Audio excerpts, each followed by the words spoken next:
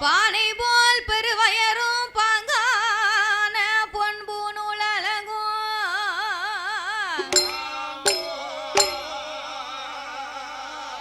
தானே தோன்றி எனது உள்ளத்தில் தயவாய் வாழும் விநாயகா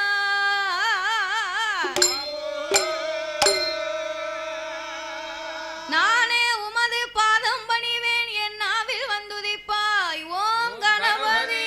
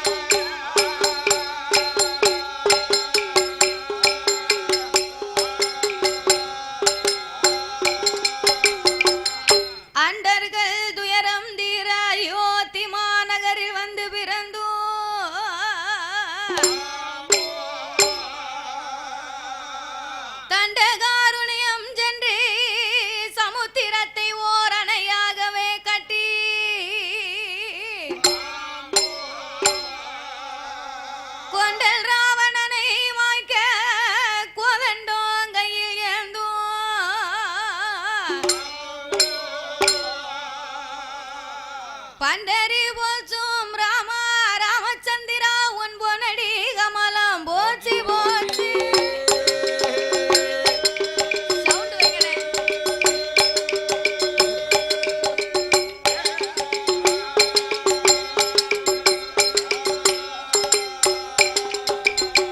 சுந்தரி சவுந்தரி நிரந்தரி சோதியாய் நின்ற உமையே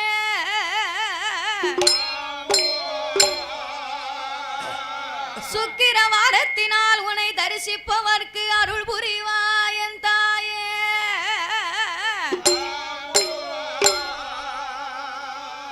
அத்தி வரதன் தங்கை சக்தி சிவன் ரூபம் அதை அடியால் நான் சொல்ல திறமோ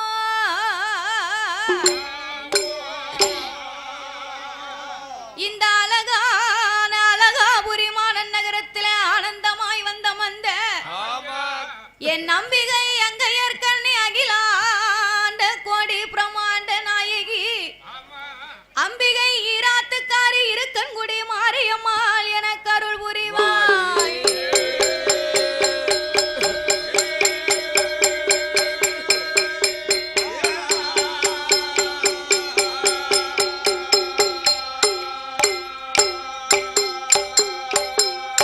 பச்சாத பொய்கை வடநாடு கண்டு மலை மேல் இருக்கும் திருமலை குமரா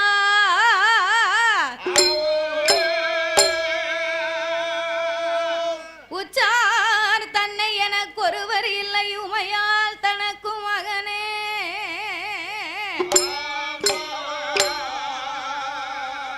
முத்தாடை தந்து அடியாலை ஆட்கொள்வாய் முருகேசா என் மனத்துள் நின்று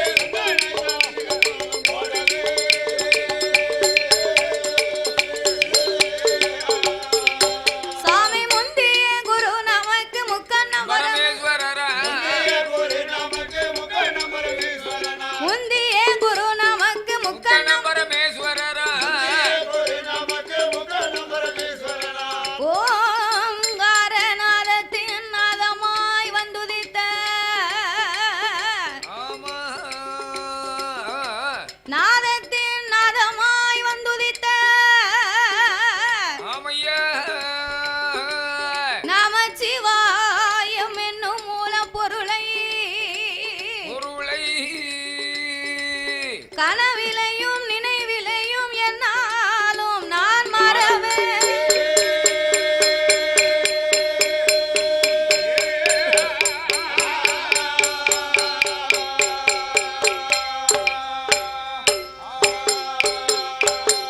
சாமி கணபதியே என் கூறு, கணபதியே என் கூறு, அப்பனை கனவிலையும் நான் மறவேன். குணபதியே அருமுக சாமி குஞ்சரமே உமை பாடுவோமே ராமாவும் ராமா பலகாலம் உமை தொழு தேடுவோமே ராமாவும் நாங்கள் வெச்சனா தேசம் கூறுவோமே ராமாவும் ஐயனே கூறுவோமே ராமாவும் என்றும் குச்சம் குறை அணுகிடாமல்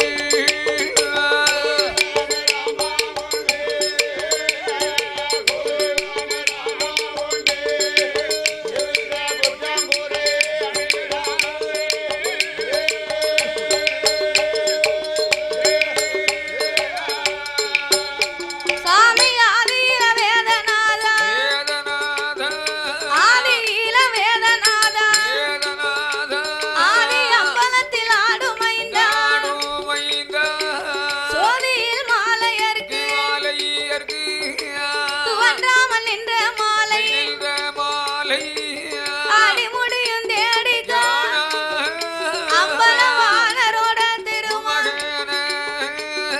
ஏ நல்லருவை நானலாம் சாமி நந்தி தலை குடமாய் நாங்கள் வியத்தில் ராமர் வான் இருகையில வீசுகோ குந்தன் சொல்லை நாங்கள் பாட துணை இருப்பாய் ஹரிராமா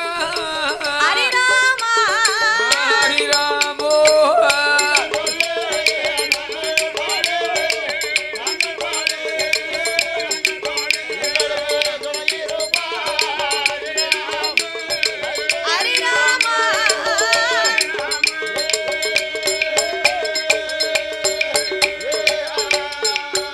தாய கலை மகள சக்தி மலை கலை மகள சக்தி மலை மாலை மகள் மலையரசனோட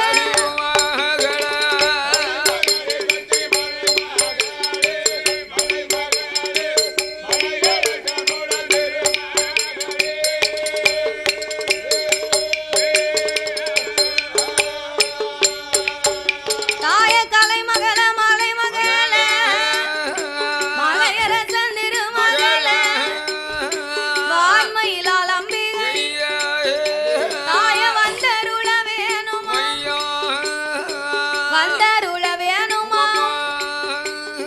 இடம் இருக்கும் வனக்கு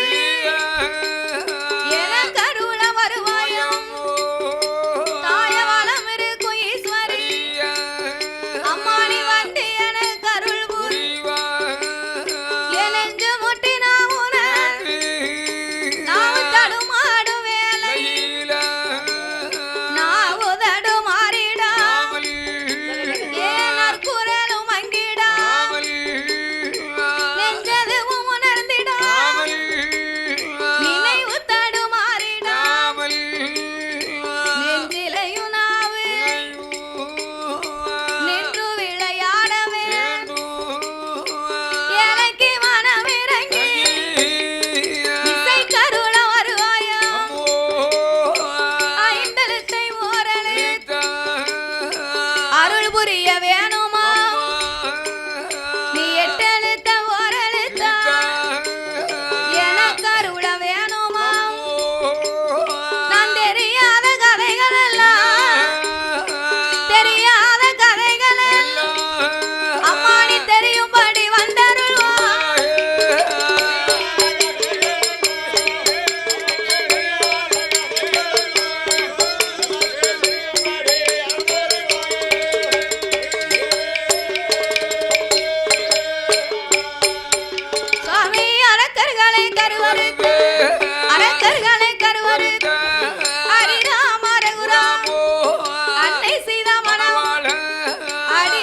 அருள் புரிவாய் சீதையோட மனவாள ஸ்ரீராமச்சந்திரர் சிறுமிக்கு அருள் புரிவாய் கோசலையா திருமகன் கோதண்டனே ரகுராம் அப்பனே குழந்தைக்கு நீ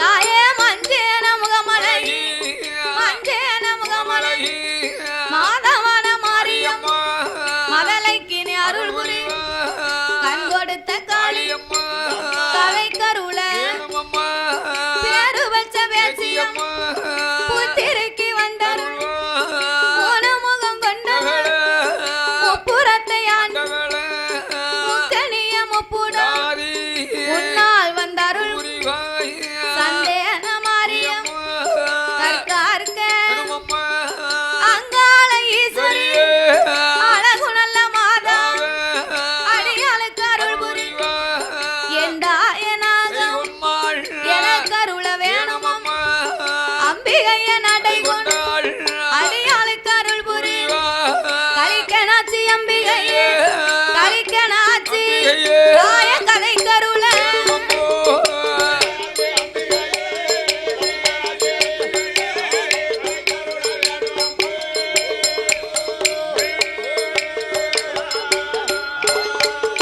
ஐயா அழகாபுரி நன்னகரி அழகாபுரி நன்னகரி ஆனந்தமாக உலவிருக்கும்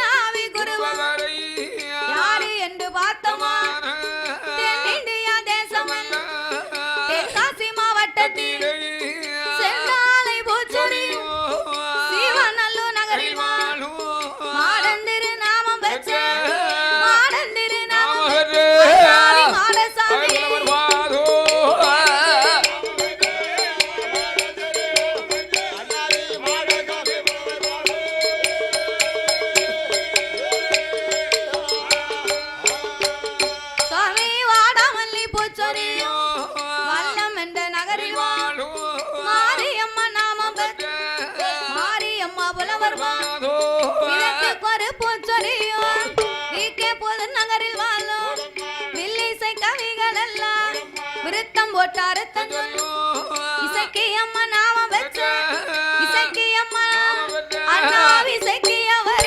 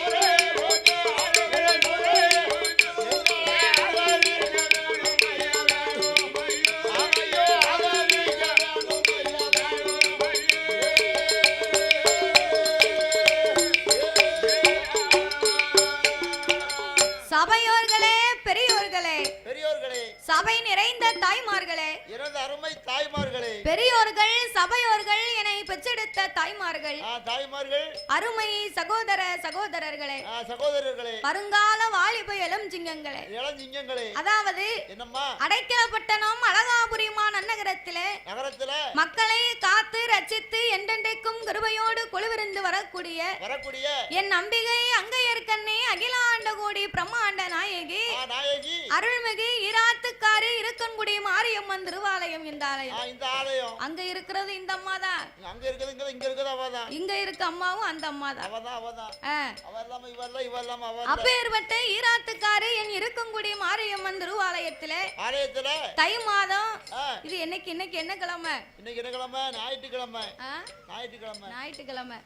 பரவாயில்லை, நீ நல்லா ஞாபகம் வச்சிருக்க. தை மாதம் 3ஆம் ஞாயிற்றுக்கிழமையை முன்னிட்டு முன்னிட்டு அதாவது அம்மாளுக்கு கொடை விழா திங்கள் செவ்வாய் புதன்லாம் கொடை விழா இருந்தாலும் இன்னையில இருந்து ஆரம்பிக்கக்கூடிய நாள் சரி ஞாயிறு திங்கள் செவ்வாய் புதன் வரைக்கும் அம்மாளுக்கு பெருங்கொடை தான். ஆன போதிலும் நாமளுக்கு இன்றைக்கு ஒரே நேர நிகழ்ச்சிக்கு அட்வான்ஸ் கொடுத்து வரவழைத்த அனைத்து அன்பு உள்ளங்களுக்கும் நாங்கள் நன்றியை தெரிவித்துக் கொண்டு அதாவது எந்த ஒரு ஆலயமா இருந்தாலும் ஒரு நேர நிகழ்ச்சியா இருந்தாலும் 2 நேர நிகழ்ச்சியா இருந்தாலும் அந்த ஆலயத்திலே முதலாக நாமல் யாருக்கு ஆரம்பிக்க வேண்டும்? யாருக்கு படிக்கணும்? இந்த உலகத்திலே கலியுக தெய்வமாகவே பிறந்தவர் அந்த ஐயனார் வந்து பிறக்கணும். சாஸ்தா பிறக்கணும். ஏன் அவருக்கு மட்டும் முதலா பாடுகிறோம் தெரியுமா? இந்த உலகத்துல நாமல் அனைவருமே தாய்க்கும் தந்தைக்கும் வந்து பிறந்த மானிட மனுக்கள். ஆனால் தருமஞான சாஸ்தா அப்படி அல்ல. அரிக்கும் சிவனுக்கும் ஆணுக்கும் அப்பாவுக்கும் பிறந்த பிள்ளை. இப்படி ஒரு பிள்ளை நம்ம எங்கேயும் பார்க்க முடியுமா? முடியாது. ஆகையினால் அவரை கலியுக தெய்வமாகவே நினைத்து அந்த சாஸ்தாவுக்கு தான் முதலாகவே ஆரம்பிக்க வேண்டும். படிக்கணும். ஆன போதிலும் ஒரு நேர நிகழ்ச்சியா இருப்பதனால ஐயனார 4 வார்த்தையில ஒரே காப்புல. சரி எப்படி சுருக்கமா சும்மா போன ஆவாதோ? ஒரே காப்புல ஐயனார் வந்து பிறக்க போறார். அப்படி சாஸ்தாவின் பிறவியை முடித்து அதன் பிறகு இந்த சக்தியின் திரு வரலாற்றை நாங்கள் பாட இருக்கின்றோம். பாடும் பாட்டிலே பழுது குச்சங்கள் இருந்தாலும் சொல் குச்சங்கள், இசை குச்சங்கள், கதை குச்சங்கள், கதையிலே பொருள் குச்சங்கள், சாரீர குச்சம் குறை இருந்தாலும் சரீர குச்சம் குறைகள் இருந்தாலும் எங்கள் ஆட்கள் அடி தாளங்களில் ஒரு குறைகள் இருந்தாலும் தங்கம் ஏன்னா செத்தே நீ வந்து படிக்கியா?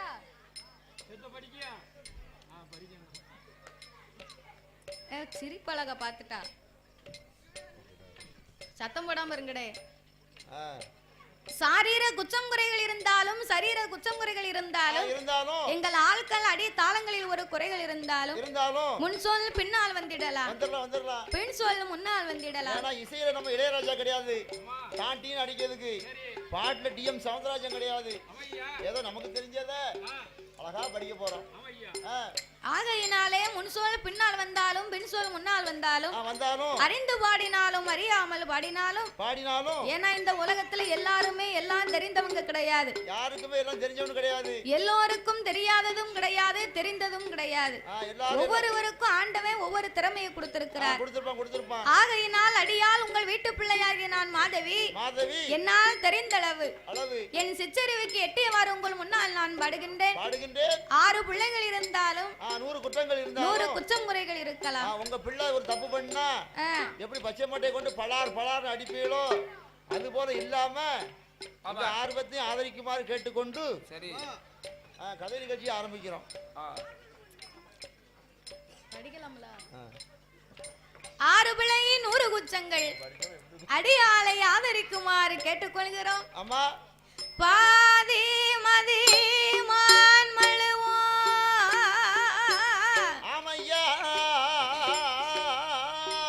கங்கையோடு பாம்பணிந்து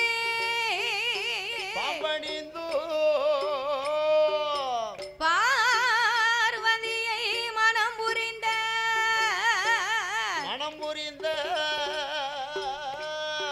ஆதிசிவன் மோதமதி கலிதமாகி அச்சுதன் என் பெருமான் இருகரத்தினால் எந்த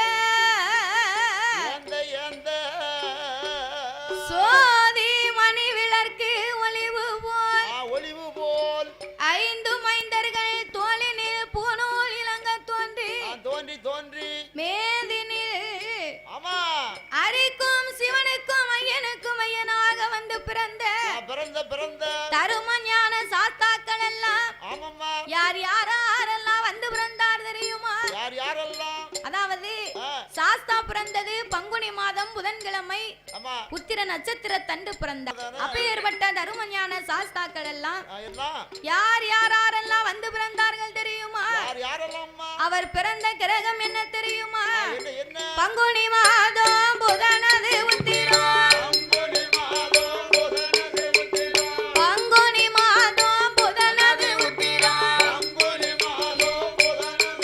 சாமி பௌரண பஞ்சமி கடக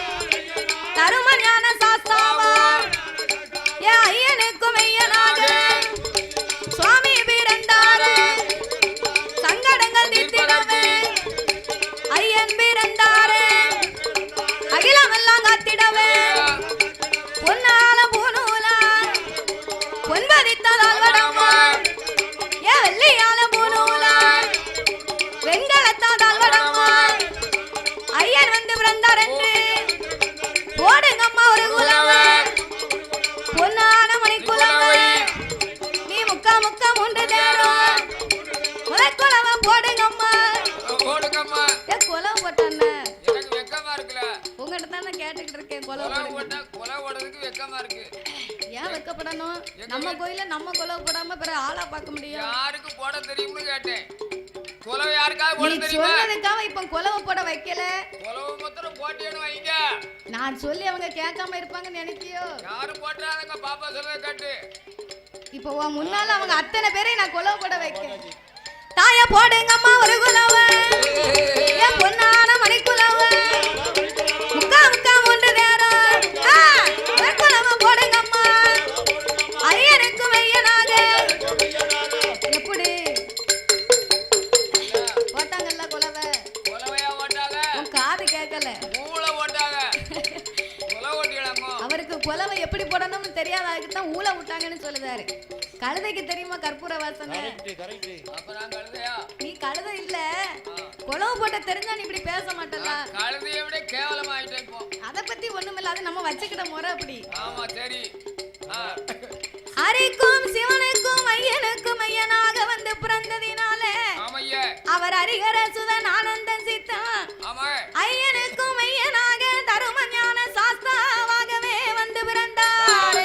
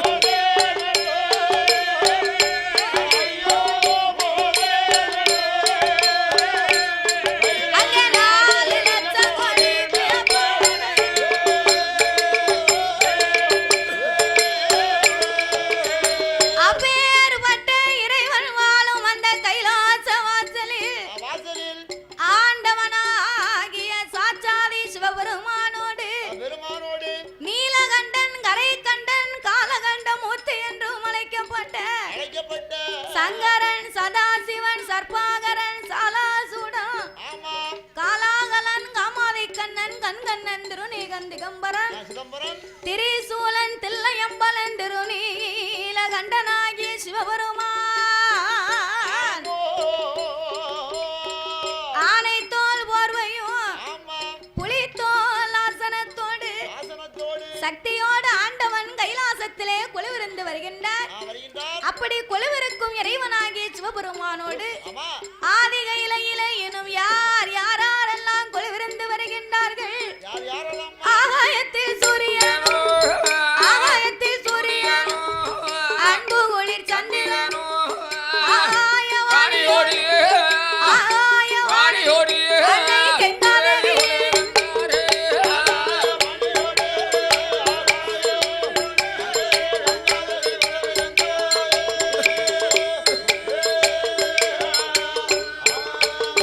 அங்கே கொலுவிருக்கும் நாளையில் கொலுவிருக்கும் நாளையில் கைலாசவாசல் கரை கண்ட பகவான் தெய்வலோக ரம்பை திருநடனம் ரம்பை வருவாள் நடனங்கள் ஆடுவாள் ஊர்வசியா வருவாள் உல்லாசமா பாடுவாள் மேனகையா வருவாள் மிருதங்கமோ சரஸ்வதி வருவாள் சரஸ்வதி அம்மா சங்கீதங்கள்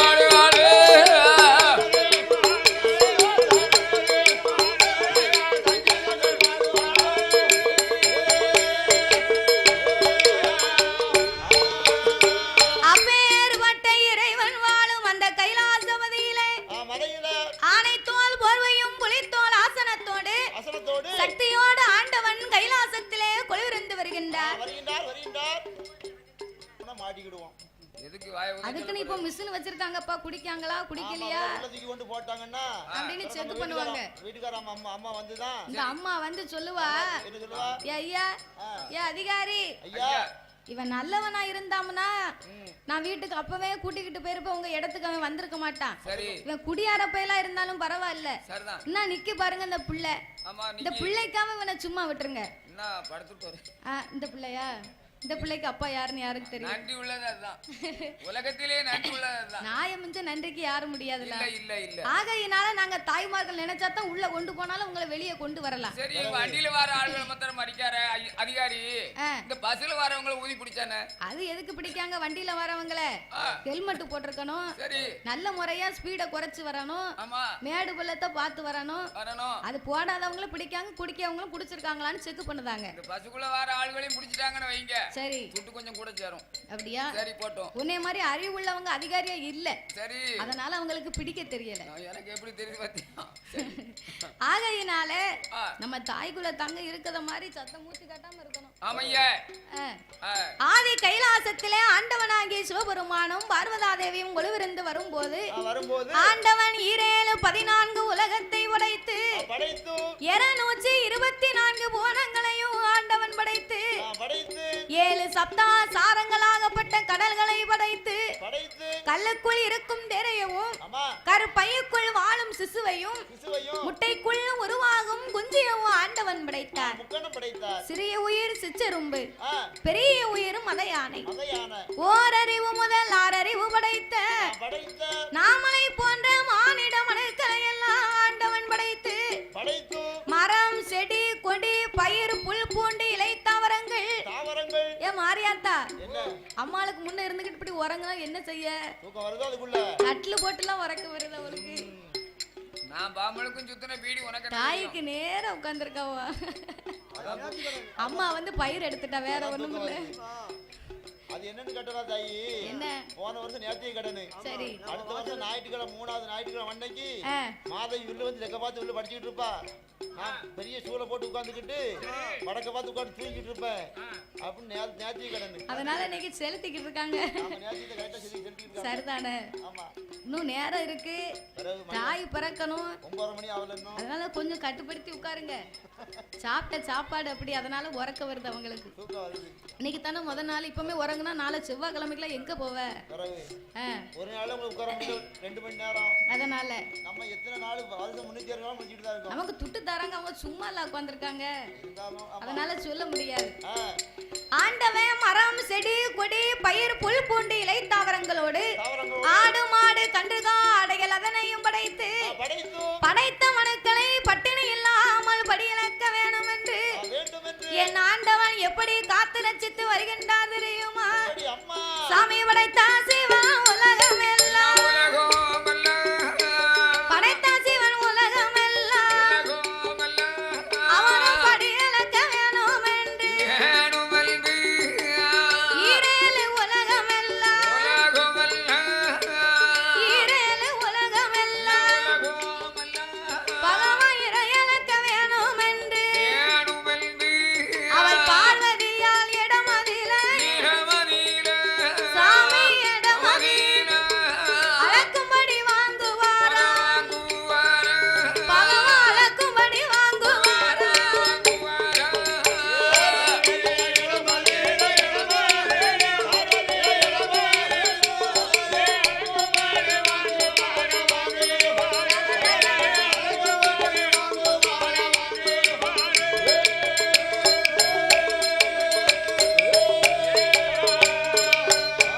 அவர நாளை நல்ல தினை எடுத்து,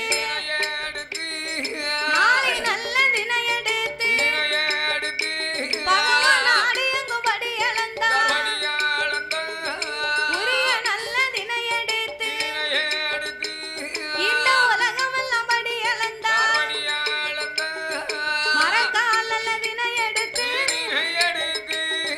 மாநிலமும் படி இழந்தார். எவ்வுயிரும் தப்பிடாமல், எவ்வுயிரும் ஈஸ்வரனும் படி இழந்தார். அந்த ஈஸ்வரனும் படி இழந்தார்.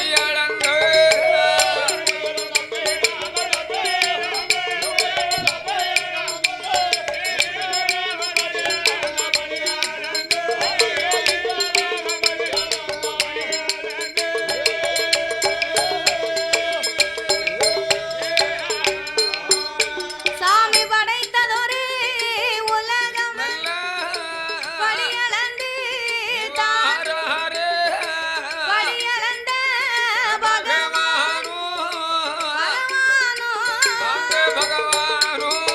கைலாசம் வாராரே.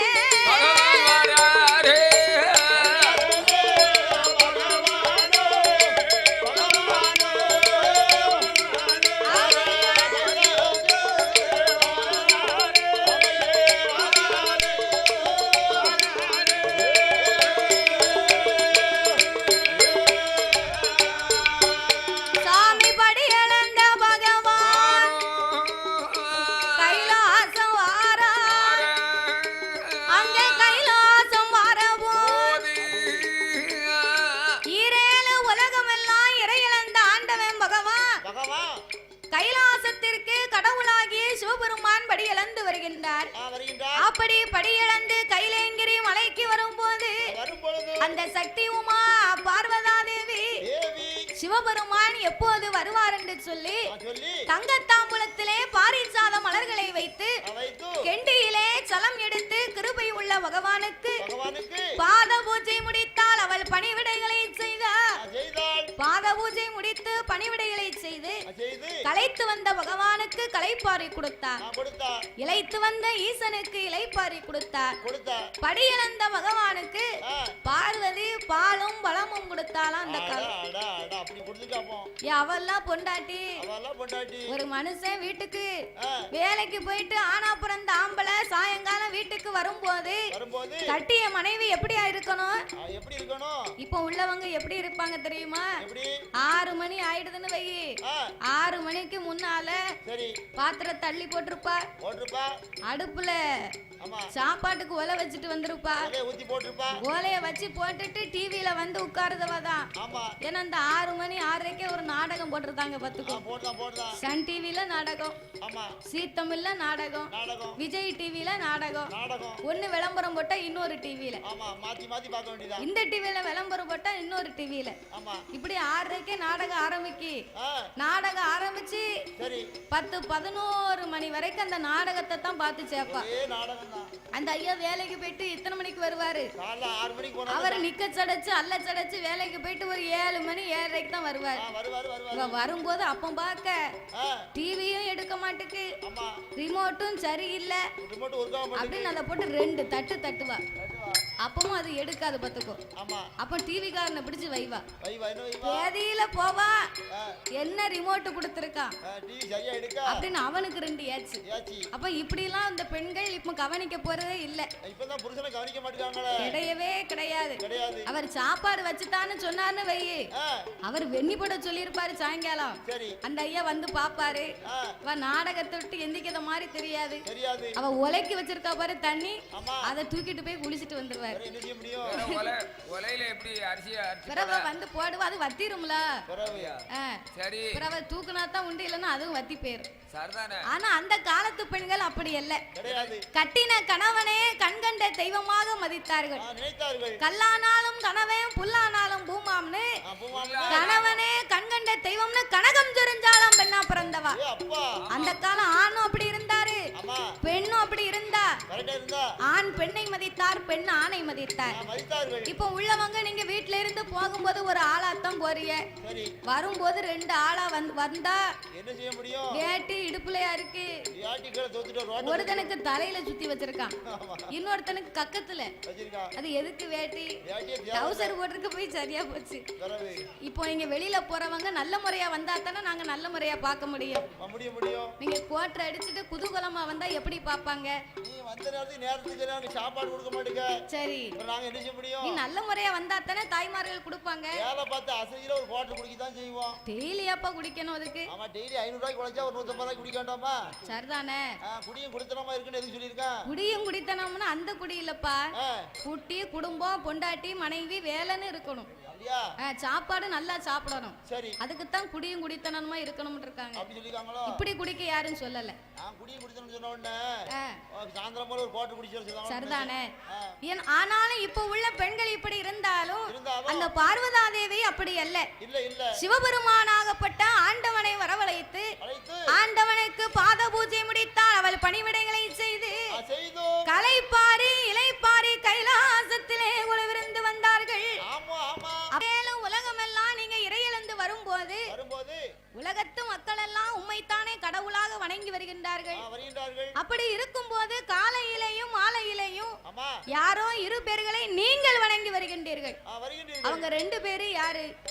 தாங்கள் ஏன் அவர்களை வணங்கி வருகின்றீர்கள் என்று பார்வதி கேட்க, அப்பந்தான் ஆண்டவனாகி சிவபெருமான் சொன்னார், அம்மா நான் யாரு தெரியுமா?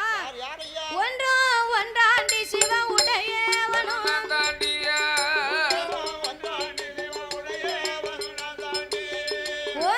ஒன்றாண்டி சிவ உடையவனும்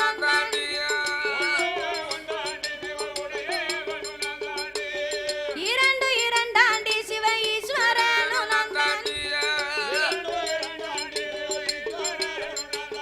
எம்மா 3 நல்ல 3ஆண்டி முக்கண்ணனும் நான் தாண்டி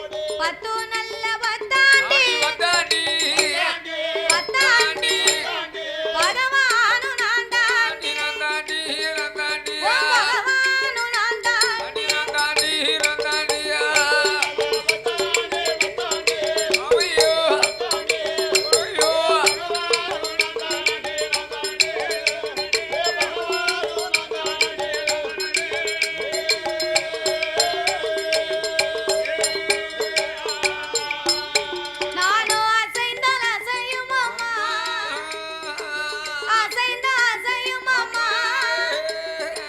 அகில இந்த உலகமே நான் அகண்ட நகலும் அம்மா நான் படைத்த உலகமே ஏடி அம்மா பார்வதி இரவும் நான் தான் பகலும் நான் இருளும் நான் தான் ஒளியும் நான் அடியே பார்வதி ஈரேழு 14 உலகத்திலேயும் இரவும் நான் தான் பகலும் நான் தான் இருளும் நான் தான் ஒளியும் நான் தான் பார்வதி ஆகையினால் ஆண்டவன் மேல உனக்கு ஏன் சந்தேகம் வரணும் இந்த உலகத்திலே சிவன் நான் இல்லைன்னா சிவ உலகம் கிடையாது 8 திசையும் 16 கோணங்களும் அடியேன் தானம்மா ஆண்டவா அப்படி இருக்கக்கூடிய தாங்கள் ஏன் இரு பேர்களை வணங்க வேண்டும் அந்த காரணத்தை என்னிடத்தில் சொல்லுங்கள் இந்த உலகத்தை நாம் படைத்து காத்து ரச்சித்து வந்தாலும் காலையிலையும் மாலையிலையும் ஒளி கொடுக்கணும்னா யாரால முடியும் காலையில் ஒளி கொடுக்கும் கதிரவன் மாலையில் ஒளி கொடுக்கும் சந்திரன் அப்போ சந்திரனும் சூரியனும் இல்லைன்னா இந்த உலகத்துக்கு எப்படியம்மா வெளிச்சம் கிடைக்கும் ஆகையினால் என் வலது கண்ணை சூரியனாகவும் இடது கண்ணை சந்திரனாகவும் ஆண்டவை நான் வணங்கி வருகிறேன் என்று பார்வதியிடத்தில் பகவான் சொன்னபோது ஆண்டவன் சொல்வது உண்மையா இருக்குமா அது எப்படி வலது கண்ணு சூரியன் இடது கண்ணு சந்திரன் ஆண்டவன் இரு கண்கள் எப்படி இரு பேர்களாக இருக்க முடியும் இன்றைக்கு நாம் இதை பரிசோதிக்க வேணும் என்று ஆதிசக்தி பார்வதி அரணாருக்கு தெரியா இருகரத்தை எடுப்பாளா இருகரத்தை எடுப்பாள் அந்த ஈசன் கண்ணை ஒத்துவாளா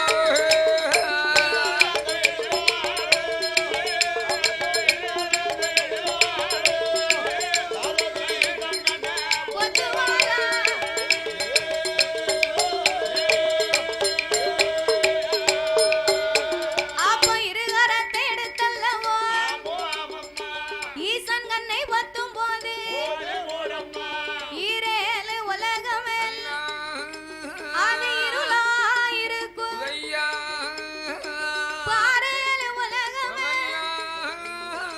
பாலடைந்து இருக்குதையா ஆண்டவனின் இரு கண்களை மறைத்த பொழுது உலகத்தில எங்கு பார்த்தாலும் ஒரே இருள் மயமா இருக்கு இப்போ இந்த உலகத்துல கரண்ட் இல்லைன்னு வை நம்மளால கொஞ்ச நேரம் இருக்க முடியாது தாய்மார்களுக்கு கரண்ட் இல்லைன்னு வை அவ போடுத சத்தத்தை பார்த்தா அப்ப பார்த்து இட்லி அவிச்சு சட்னி வச்சுக்கிட்டு இருப்பா என்னங்க கரண்ட் போயிட்டு இன்னைக்கு உங்க வீட்டுல சாப்பாடு கிடையாது நீங்க 4 புரோட்டா சாப்பிட்டு கடையில சாப்பிட்டு எனக்கு 4 புரோட்டா வாங்கிட்டு வந்துருங்க ஆமா வாங்கிட்டு வந்துருங்க கரண்ட் இல்லைன்னா ஒண்ணும் செய்ய முடியாது அப்படின்னு சொல்லுவா ஏன் அது மட்டுமா சொல்லுவா நான் இப்ப பாக்க சட்னி வச்சு சாம்பார் வச்சுக்கிட்டு இருக்கனே பேதியில போவா கரண்ட் இப்ப பாக்க உருவிட்டான் அப்படின்னு அதுக்கு ஒரு அபய சத்தம் போடுவா அவருக்கு 2 பேச்சு ஆமா பொருளை கொடுத்தது யாரு கரண்ட கொடுத்தது யாரு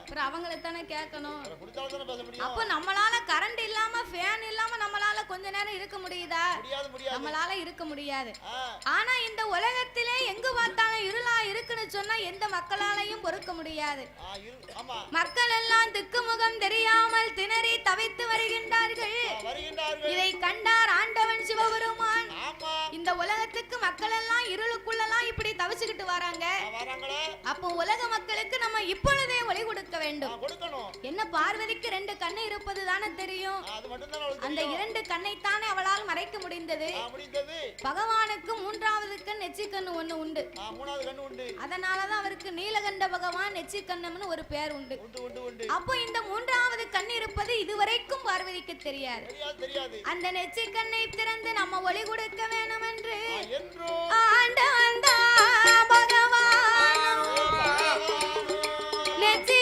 கண்ணை திறப்பாரா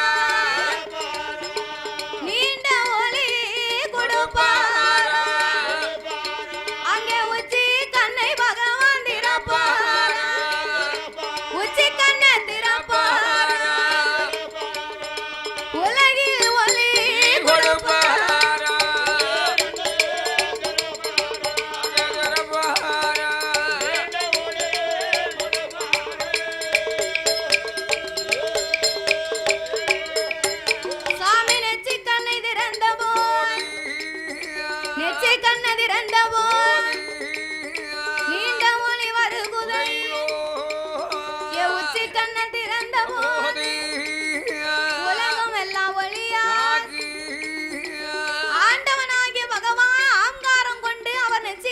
திறந்தார்.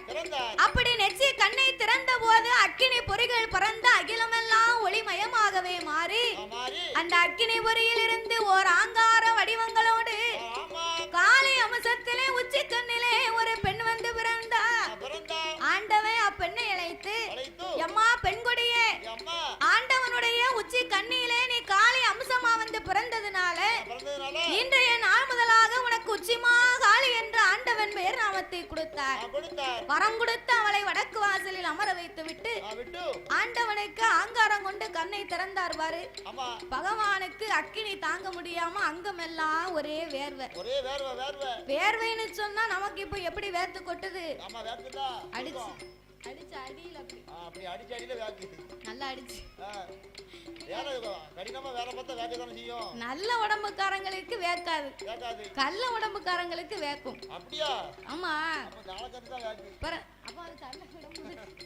நல்ல உடம்பு கள்ள உடம்பு அப்படின்னா ஒரு ஆள் நல்லா எவ்வளவுதான் வேலையை பார்க்கட்டும், அவர் நல்ல உண்மையா மனசாட்சியோட வேலை பார்ப்பார், அவர் உடம்புக்கு ஒண்ணுமே செய்யாது. கள்ள உடம்புக்காரங்கன்னா வயக்காட்டுல மம்பட்டியை தூக்கி தோல்ல போட்டுக்கிட்டு அவன் வேலைக்கு வந்தாம்னு வை, ஆள் இல்லாத நேரம் வரப்புல போய் உட்கார்ந்துக்கிடுவான். ஆள் வாரத கண்ட உடனே முங்கு முங்கு முங்குன்னு ஓங்கி வெட்டுவான். அவன் வெட்டுத பயத்துல அவனுக்கு சிலு சிலு சிலுன்னு வேத்துரும் பாத்துக்கும். அதான் கள்ள உடம்பு. ஆனா ஆண்டவனுக்கு அக்கினியின் வெக்கை தாங்க முடியாம அவருக்கு அங்கமெல்லாம் ஒரே வேர்வை. அப்போ வேர்வையானது காட்டாச்சு வெள்ளம் மாறி கரை உருண்டு கைலாசத்துல ஓடி வருது. இந்த வெள்ளம் பூமியில கலந்தா உலகத்து மக்களுக்கு இது உப்பு தண்ணி வத்தியா, அதனால உலகத்து மக்களுக்கு ஏதாவது ஆபத்து வந்துரும். ஆகையினால 1008 சடாமுடியிலே ஒரு முடியை உழைத்து ஆண்டவனை அங்கமெல்லாம் துவட்டி அதை ஒரு கொண்டை கட்டாகவே கட்டினார். அதில் இருந்து 10 சொட்டு வேர்வையானது பூமியிலே கலக்க அந்த 10 சொட்டு வேர்வையவும் ஆண்டவன் 10 கடலாக மாற்றினார். கடல் தண்ணி எப்படி இருக்கு? உப்பு கரிச்சு இருக்கு. நம்ம வேர்வை தண்ணி எப்படி இருக்கு? அது உப்பு தானே. அப்ப ஆண்டவனுடைய வேர்வையை 10 கடலாகவே ஆண்டவே மாற்றி 10 கடலுக்கும் பக்குவமாகவே பேர் நாமத்தை கொடுத்தார். அது எப்பேற்பட்ட கடல் தெரியுமா? சாமி ஓங்க சம்பாதேவ கப்பா, ஓங்க சம்பாதேவ கப்பா, ஒன்றாம் கடல் உப்பு கடல், இரண்டாம் கடல் கருங்கடல், மூன்றாம் கடல் மோர் கடல், நாலாம் கடல் நல்ல கடல், ஐந்தாம் கடல் அலைகள், ஆறாம் கடல் ஆழக்கடல், ஏழாம் கடல் எண்ணெய் கடல், எட்டாம் கடல் திட்டு கடல், ஒன்பதாம் கடல் அது ஓவிய பெருங்கடல், 10ஆம் கடல் பார்க்கடலா பார்க்கடலா.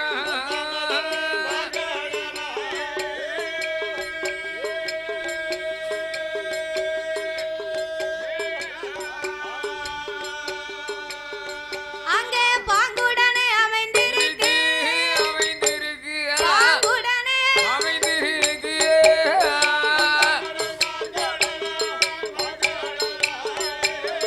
பார்க்கடலா.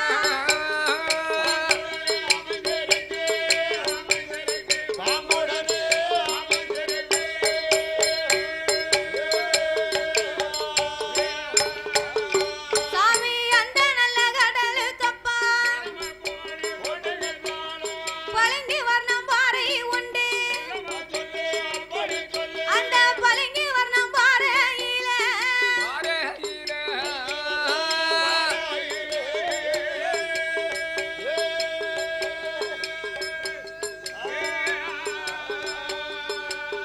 சாமி படர்ந்ததொரு ஆலமரம், படர்ந்ததொரு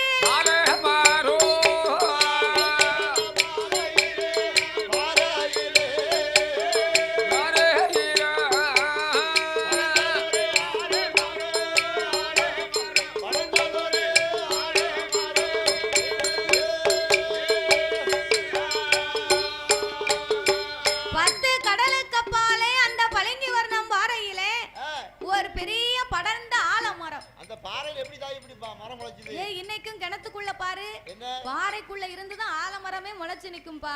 அப்படியா? சரி. அது மட்டும் அந்த ஆலமரத்துக்குரிய ஒரு வரமாகப்பட்டது. அதெல்லாம் கிடையாது.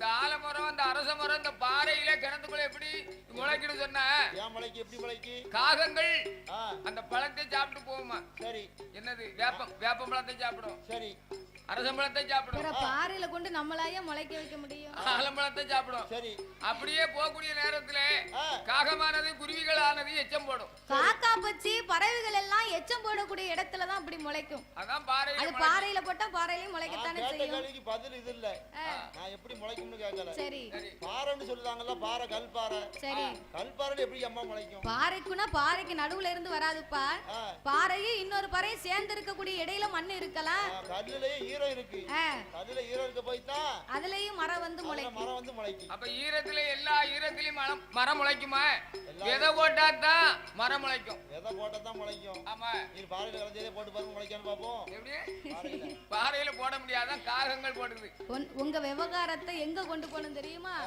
நாரதர் மகா முடிக்கிட்ட கொண்டு போனதான் தீர்த்துக்கிட்டு வரலாம்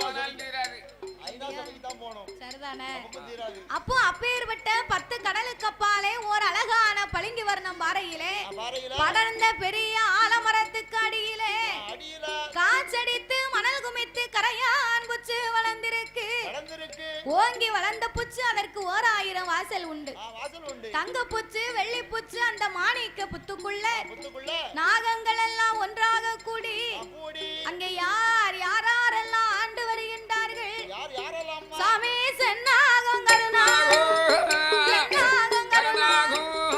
கண்ணாடி விரிசுகள் எல்லாத்துக்கும் ராஜாராணி எல்லாத்துக்கும் ராஜாராணி அங்கே நாகராஜன்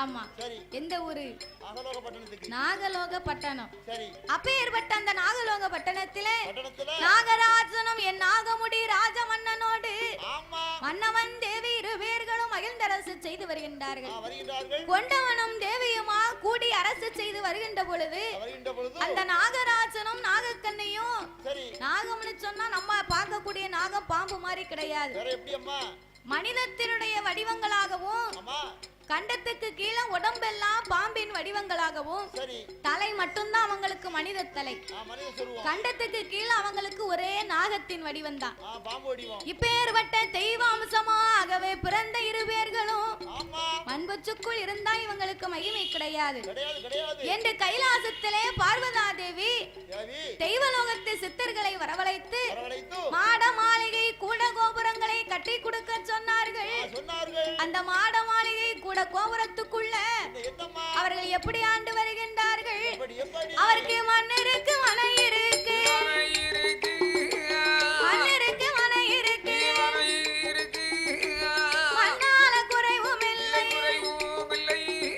பொன்னிருக்கு பொருள் இருக்கு பொன்னால குறைவும் இல்லை சொத்திற்கு சுகம் இருக்கு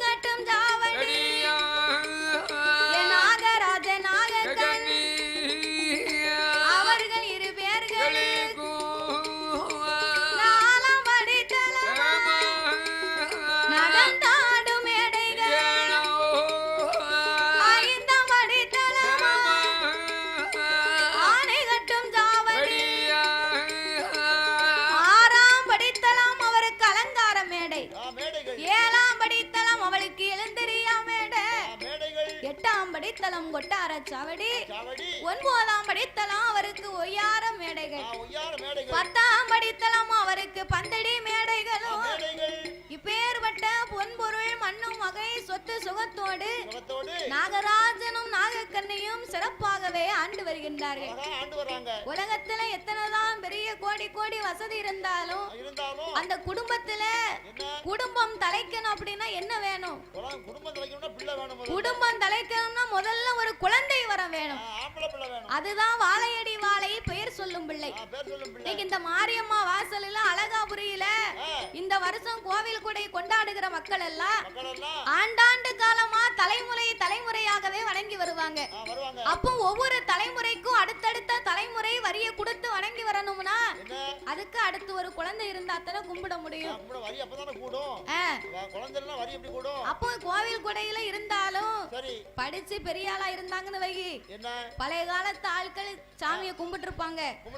அவங்களுடைய பேரன் பேத்தி பூட்டையும் பூட்டி இவங்க எல்லாம் படிச்சு பெரிய பெரிய ஊர்ல மெட்ராஸ்ல அமெரிக்காவுல லண்டன்ல பாம்பேல அப்படின்னு வேலை பார்த்தாங்கன்னா கோவிலுக்கு வரி போடுவாங்க பாரு. வரி போடும்போது உட்கார்ந்து எழுதிக்கிட்டு இருப்பாங்க. ஒரு ஆளு சொல்லுவாரு, ஒரு ஆளு பேரை சொல்ல கொடுத்துட்டாங்களா குடுக்கலையான்னு கணக்கு எழுதுவாங்கன்னு வை. அப்ப எழுதும் போது இன்னாரு வீட்டு பிள்ளை இன்னாரு இன்னும் வரி தரலப்பா, வரிய குடுக்கல, அவன் குடுக்கக்கூடிய ஆளுதான் கோவில் கூட வச்சது அவனுக்கு தெரியாது. ஏன்னா மெட்ராஸுக்கு வடக்கு சென்னையில இருக்கான். எங்க இருக்கா ஐயா? மெட்ராஸுக்கு வடக்கு சென்னையில இருக்கான், அதான் கொடுக்க முடியல. மெட்ராஸுக்கு வடக்கு சென்னையில இருக்கானா? ஆமா. அப்ப சென்னை எங்க இருக்கு? அதான் எனக்கும் தெரியல, நான் ஏதோ சொன்னேன்.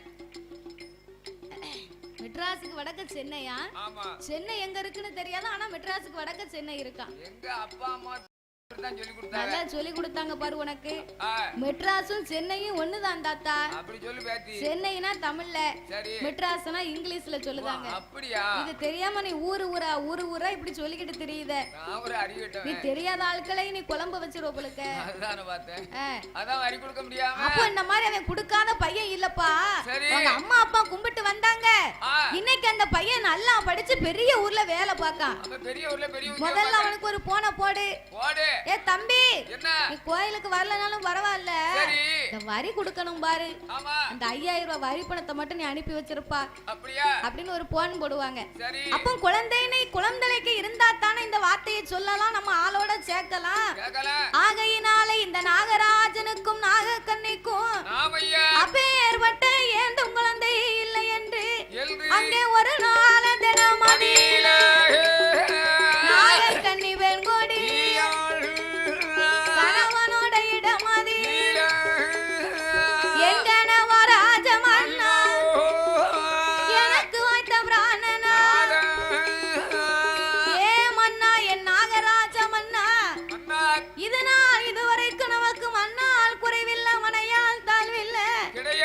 பொன்னால் குறைவு இல்ல, நமக்கு பொருளால் தாழ்வு இல்லை மன்னா. மண்ணு மனை இருந்து என்ன செய்ய, சொத்து சுகம் இருந்து என்ன செய்ய. உலகத்துல ஒரு மனிதனுக்கு எத்தனையோ செல்வங்கள் இருந்தாலும் செல்வத்திலே சிறந்த செல்வமே மதலை செல்வம் தான். கனியிலே சிறந்த கனி பிள்ளை கனி என்பார்கள். சொத்துக்கெல்லாம் பெரிய சொத்து பிள்ளை சொத்து தான் ஐயா. சொத்துக்கெல்லாம் பெரிய சொத்து எனக்கு என்ன தெரியுமா? என்ன சொத்து? பொண்டாட்டி சொத்து. நல்ல சொத்து வச்சிருக்க. பொண்டாட்டி நீ சொத்தா நினைச்சாதான் 3 வேளையும் உனக்கு சாப்பாடு கிடைக்கும். அப்படி நீ சொத்தா நினைக்கலன்னா அவ சாப்பாடு உனக்கு கொடுப்பாளா? கொடுக்கவே மாட்டா. நீ கடையில தான் சாப்பிடணும் பாத்துக்க.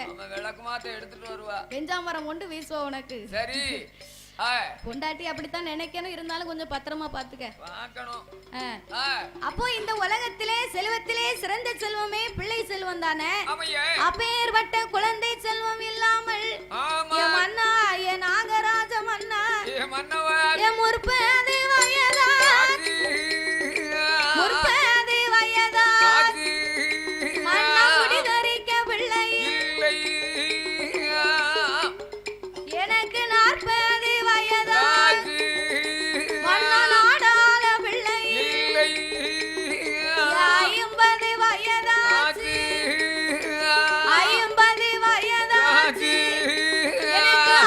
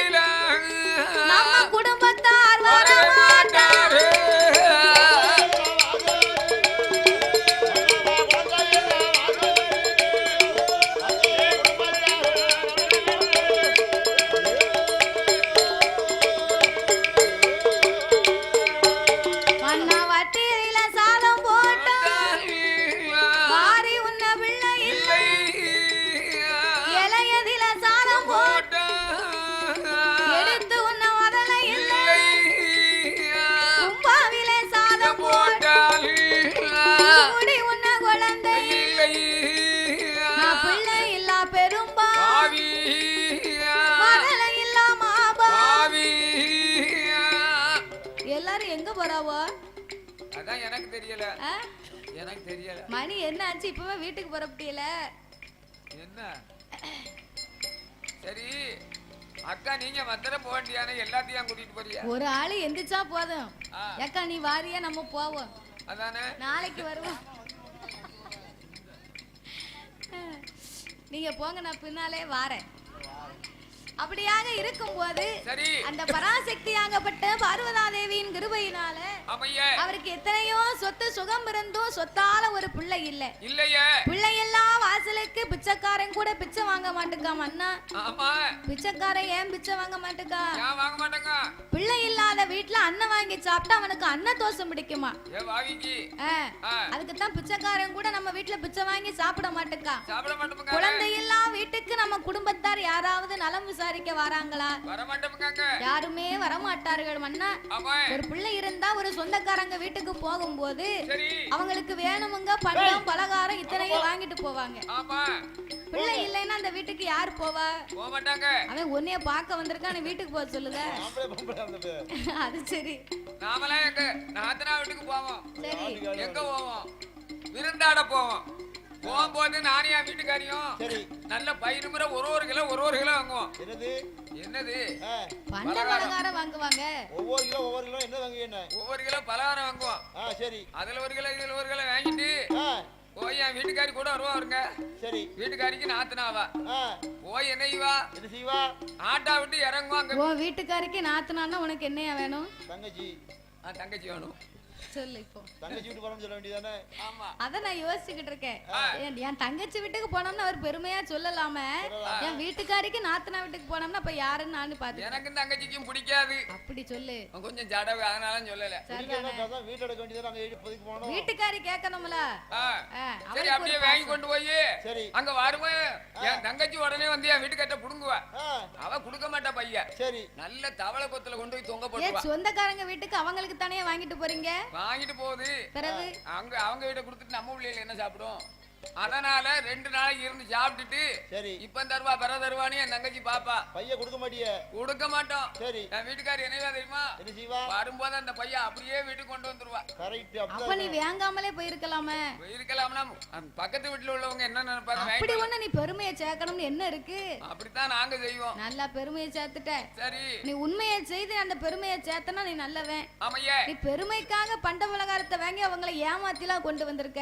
போய் சாப்பாடு 2 நாள் உட்கார்ந்து சாப்பிடணுமாங்க. உங்கள மாதிரி ஆட்கள் இருந்துட்டா எப்படி வாழ முடியும் உலகத்துல? அதானே.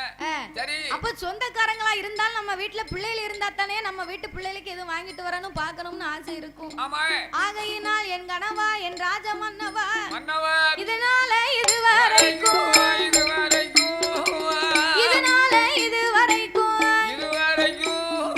என்ன பாவம் நாமல் செய்தோம்.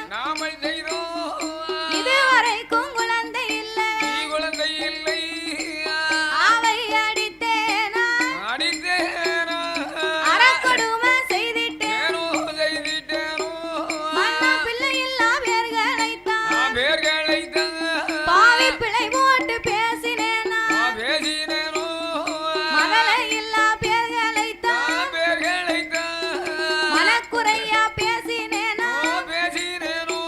மண்ண பட்டேரன் எல்லாம் பகர எல்லி கலந்தேன்.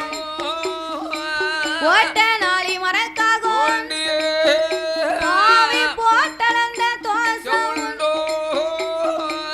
வைத்தாரின் அடைக்கல சண்டாளி வயிறு எரிய செய்திட்டேன்.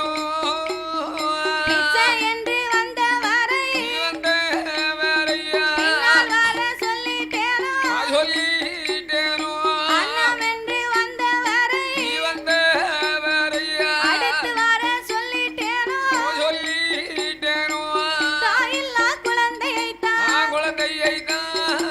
தலையில அடித்திட்டேனோ. அம்மா இல்லா பிள்ளையைத்தான் மன்ன பிள்ளையைத்தான் அடித்தேன தலையதில. பாவி அடித்தேன தலையதில.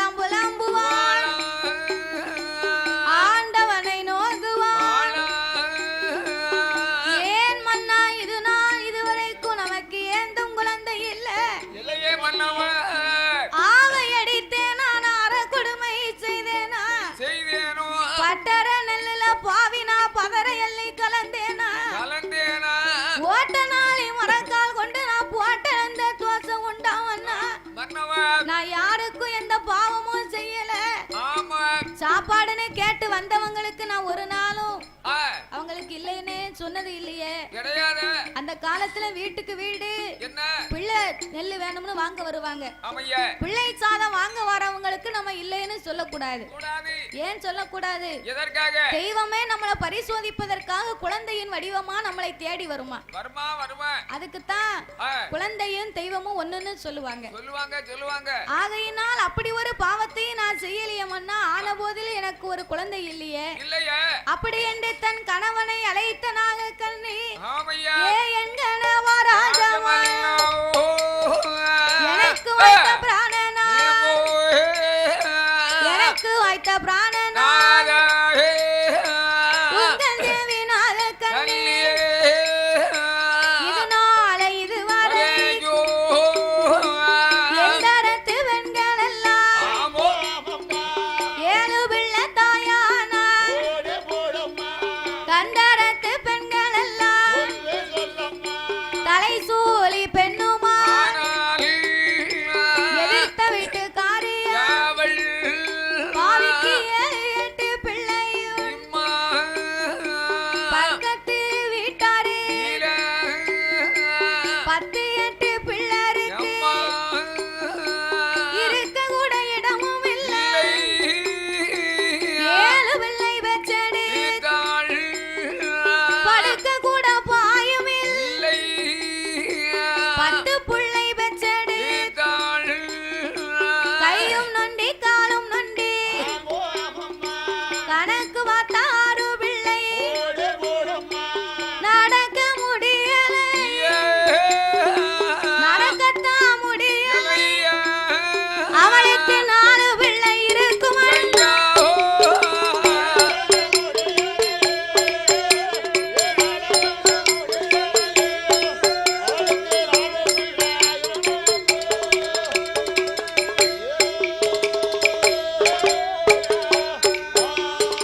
கையும் நொண்டி அவளுக்கு காலும் நொண்டி கணக்கு பார்த்தா 6 பிள்ளை இருக்கு. 6 பிள்ளை எப்படிதான் பெத்தெடுத்தாலும் தெரியல. குடிக்க கூட நல்ல சொம்பு கிடையாது வீட்ல. கிடையாது. அவ குறுனி பிள்ளை பெத்து எடுத்திருக்கா. பெத்தெடுத்திருக்கா. வீட்ல படுக்க நல்ல பாய் கிடையாது. கிடையாது. அவளுக்கு 10 பிள்ளை இருக்கு மன்னா. 10 பிள்ளை இருக்கு மன்னா. கையும் நொண்டி அவளுக்கு காலும் நொண்டி ஆனாலும் அவ கை குழந்தையோடு இருக்கா. இருக்காளா? எந்தரத்து பெண்கள் எல்லாம் 7 பிள்ளை தாயானா தாயானா தந்தரத்து பெண்கள் எல்லாம் இன்னைக்கு தலை சூழி பெண்ணா இருக்கிறா மன்னா. நான் எந்த பாவமும் செய்யலையே எனக்கு ஏன் மன்னா பிள்ளை இல்ல? எதற்கு குழந்தை இல்லை? உங்க தேவியாகப்பட்ட நான் நாகக்கண்ணி நான் பெண்ணா பிறந்து இப்படி பூலோகத்துல பிள்ளை இல்லாம இருந்து மலடி மலடி என்று மாநிலத்தில் பேராச்சு இருசி மலடி என்று இனத்தாரெல்லாம் பேசலாச்ச மன்னா அப்படின்னு நாகக்கண்ணி கண்ணீரை வடிக்கா பார்த்தா நாகராஜன் எம்மா நாகக்கண்ணி நீ பிள்ளை இல்லைன்னு ஏன் வருத்தப்படுத? இந்த வயது போனா இன்னும் பிள்ளைய பார்க்க முடியாதுன்னு நீ வருத்தப்படுறியா? நீ வருத்தப்படாத. ஆண்டவே அருள் இருந்தா 60 வயதுக்கு அப்பாலும் நமக்கு அழகான பிள்ளை உண்டு. தெய்வம் நினைச்சா எதை வேணாலும் செய்யும். கொடுக்கக்கூடிய தெய்வம் கூரையை பிச்சுக்கிட்டு கொடுக்கும்பாங்க.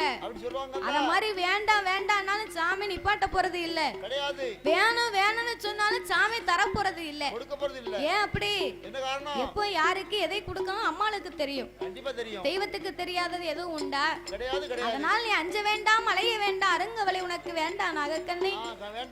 இறைவன் அருள் இருந்தா என்னால் சென்றாலும் ஏந்தும் பிள்ளை உண்டம்மா என்ற ஆட்சி தேர்ச்சி அவளுக்கு ஆறுதலை சொன்னார். நாகக்கண்ணிக்கு கவலைன்னா கவலை அவ கவலைப்பட்டு கவலைப்பட்டு கட்டையே கரைஞ்சு போச்சு. அப்பந்தான் நாகராஜன் பார்த்தார். அடி அடி அம்மா நாகக்கண்ணி அஞ்ச வேண்டாம் அலைய வேண்டாம் அருங்கவலை உனக்கு வேண்டாம் ஆச்சு வாரான் தேச்சு வாரான் ஆறுதலும் சொல்லுவார்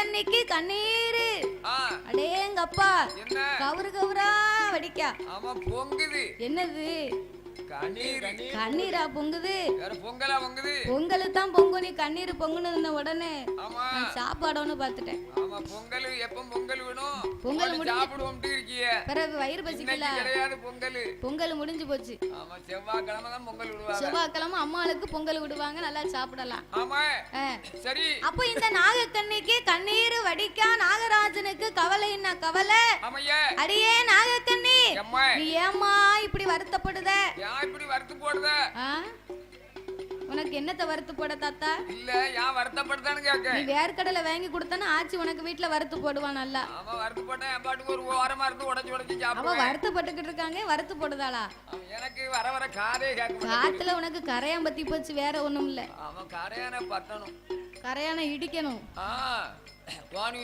ஊசி வச்சு 4 குத்து குத்துனா கரையான் இடிஞ்சிரும் சரிதானே சரி அத முத செய் நாகக்கண்ணி வருத்தப்பட்டு மனக்கவலை தாங்க முடியாமல் கணவனை அழைத்து இன்னும் என்ன சொல்லுகிறா தெரியுமா எப்படி எங்க நவராஜே எங்க நவராஜே எஜமான ரதகீலி நாமல் இரு பேர்கள்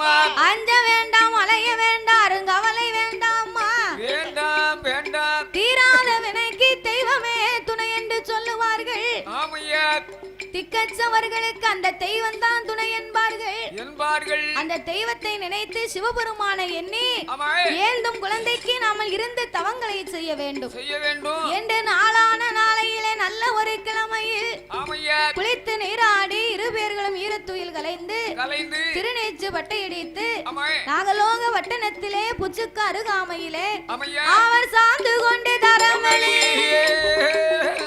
சந்தனத்தால் கோலம் போட்ட மாவு கொண்டு தரமளி மஞ்சளால் கோலம் போட்ட பால் கொண்டு தரமளி பன்னீரால் கோலம் போட்ட இடமாதில புறத்து வாழை இலை விரித்து ஒரு நாயகனை பிடித்து வைத்து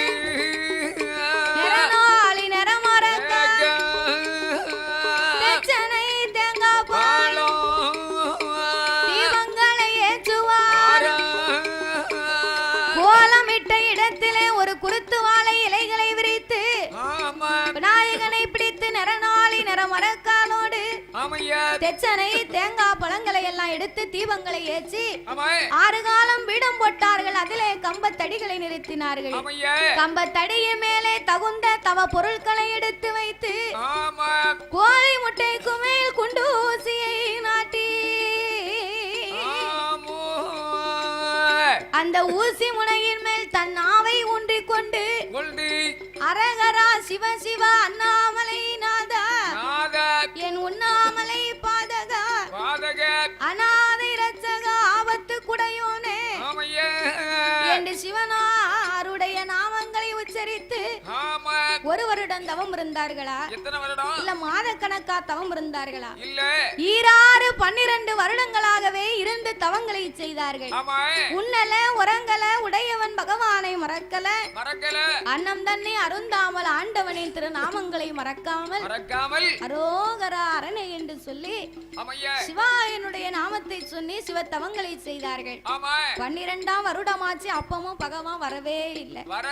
அப்போ பகவான் வராமல் இருந்த போது நாகராஜனும் நாகக்கண்ணையும் அழுது புலம்பி அந்த ஆண்டவனை அழைக்கின்றார்கள். ஆண்டவனே பகவானே சம்போ சங்கரா, ஆண்டவனே பகவானே சம்போ சங்கரா, சிவ சம்போ சங்கரா, அடியார் செய்யும் தவத்தை பாரு சம்போ சங்கரா, இந்த அடியார் செய்யும் தவத்தை பாரு சம்போ சங்கரா.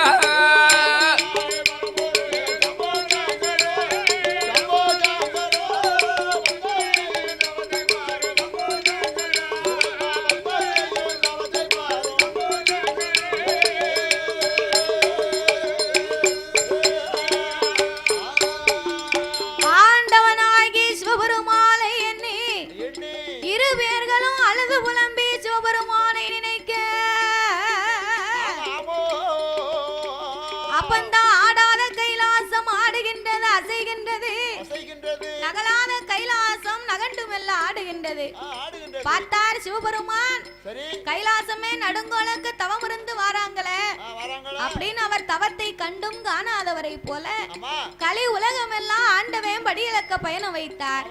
அப்பந்தான் பார்வதி சிவபெருமானை அழைத்து, என்னைக்குமே ஆண்டவன் தானே நீங்க படியிலக்க போறீங்க, இன்றைக்கு உங்களுடைய படியிலப்பை நான் உமையவள் பார்க்க வேணும் என்று பார்வதி சொல்லும் போது